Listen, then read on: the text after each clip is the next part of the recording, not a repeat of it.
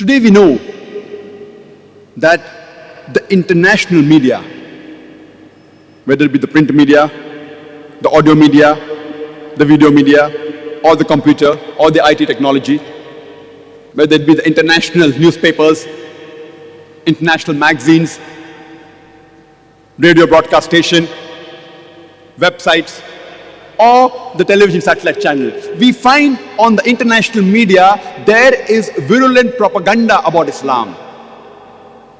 We find that the international media, they are bombarding misinformation about Islam. We find that there are various misconceptions about Islam that are spread on this international media. And we find that international news channels, they are mentioning war on terror. Or some of the international news channels, they are saying war for peace. Actually, what they're doing is not war for peace, war on peace. In other words, war on the religion of peace, on Islam. The international media as a whole today, we find that they are projecting Islam as though it is a religion of terror. It's a religion which does not want peace to prevail. And unfortunately, we Muslims, unfortunately, we aren't really replying to this international media, and there are various techniques that are used by this international media to project Islam in a wrong way. The first strategy used by the media to malign Islam is, many a times they pick up the black sheep amongst the Muslim community and they portray as though they are exemplary Muslims, indicating that Islam is a religion which encourages these wrong things. We have to agree that there are black sheep in our community. There are some Muslims who do illegal activity. They pick up these selected Muslims and they portray on the media as though they're exemplary Muslims, giving a picture to the world that Islam is a religion which encourages these illegal activities. These activities which are against humanity.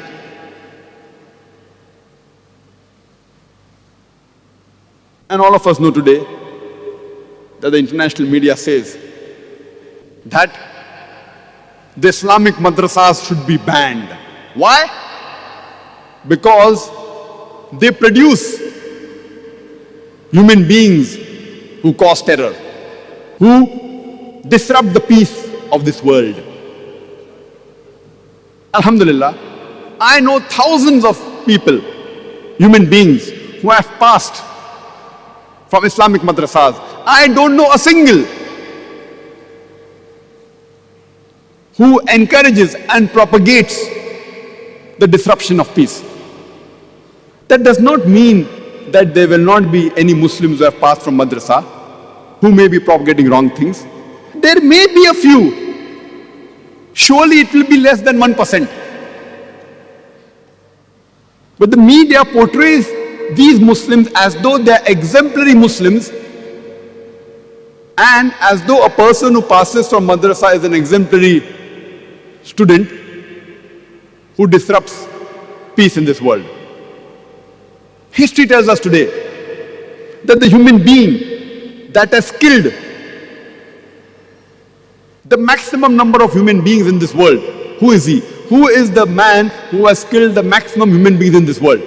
Who is that person? Who is he? Hitler.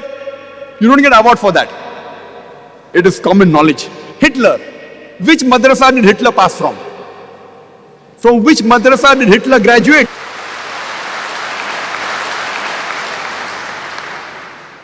And you go down history, we know Mussolini, he has killed thousands of human beings. Which madrasa did he pass from? We know today that the mafia, the top drug dealers in the world, which madrasa did they pass from? You take a list of all the top criminals in the world, not what the media portrays. Actually, if you have proof, what they've done is wrong. I'm not bothered what the media portrays, who is terrorist number one, etc., without any proof. But those who have been imprisoned, those who have been proved to be causing disharmony in this world, if you check the background, you will not even find 1%, 0.1% of them who have passed from madrasa. They have passed from these universities, the one that even I have passed from. Fortunately, unfortunately, even I have passed from the normal formal education system. I've passed from Bombay. After doing my schooling, I've passed from medical college. Same, like a normal doctor. So this is how the media picks up black sheep of the community and portray as though they're exemplary Muslims.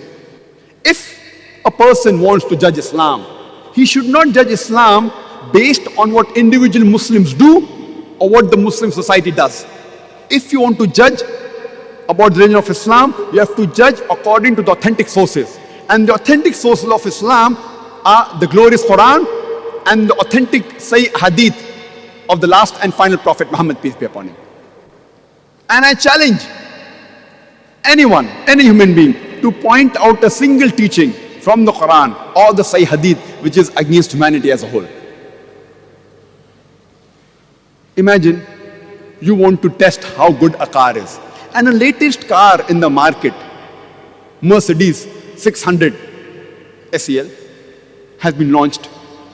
And a person who does not know how to drive the car, he sits behind the steering wheel and he bangs up the car. Who will you blame? The car or the driver? Who will you blame? The car or the driver? But naturally the driver. If the driver does not know how to drive the car and he bangs up the car, you will not blame the car. If you want to judge how good the car is, you will have to look at the specification of the car. What is its pickup? What are the safety measures? What is the speed? What is the gear ratio? And then you can tell how good the car is. And really, if you want to have a test drive, you put behind the steering wheel an expert driver. Similarly, if you want to observe any Muslim regarding how good Islam is, the best example we have is Prophet Muhammad Sallallahu Alaihi Wasallam. Don't look at me. Don't look at me how good Islam is. Don't look at the other Muslims or what the individual society does. Look at an expert driver or a person who knows how to follow Islam in totality. And that was the last and final messenger, Prophet Muhammad Sallallahu Alaihi Wasallam.